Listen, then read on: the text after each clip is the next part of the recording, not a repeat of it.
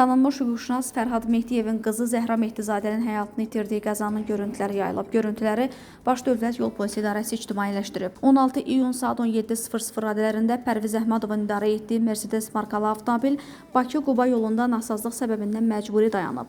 Məcburi dayanma zamanı baş veriləcək qəzanın qarşısının vaxtında alınması üçün zəruri təhlükəsizlik tədbirləri görmək, ən qısa müddətdə avtomobili yolun hərəkət hissəsindən kənarlaşdırmaq əvəzinə həmin şəxs digər sürücüləri sadəcə əl işarələri ilə xəbərdar etməklə kifayətlənib, bununla da vəzifəsini yerinə yetirdiyini güman edib.